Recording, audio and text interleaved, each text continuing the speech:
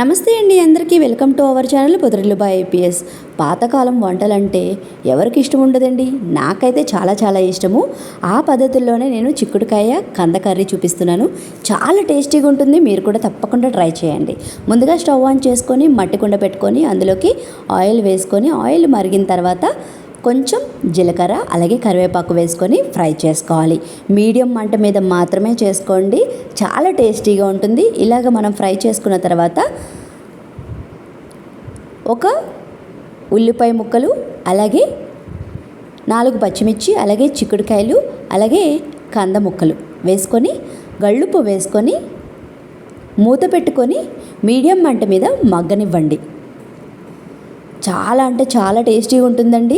నేను చూపిస్తున్న విధంగా మీరు ట్రై చేయండి, మీకు కూడా బాగా నచ్చుతుంది. ఈ విధంగా మనకి ఒక 10 మినిట్స్ మగ్గిన తర్వాత 2 టమాటా ముక్కలు చిన్నగా కట్ చేసుకొని వేసుకొని బాగా కలుపుకొని మూత పెట్టుకొని ఒక్క 2 నిమిషాల పాటు మగ్గనివ్వండి. ఈ విధంగా మనకి మగ్గిన తర్వాత అప్పుడే రుబ్బుకున్న అల్లం వెల్లుల్లి పేస్టు కొంచెం పసుపు వేసుకొని బాగా కలుపుకొని మూత పెట్టుకొని 1 నిమిషం పాటు మీడియం మంట మీద మగ్గనివ్వండి. ఈ విధంగా మనకి మగ్గిన తర్వాత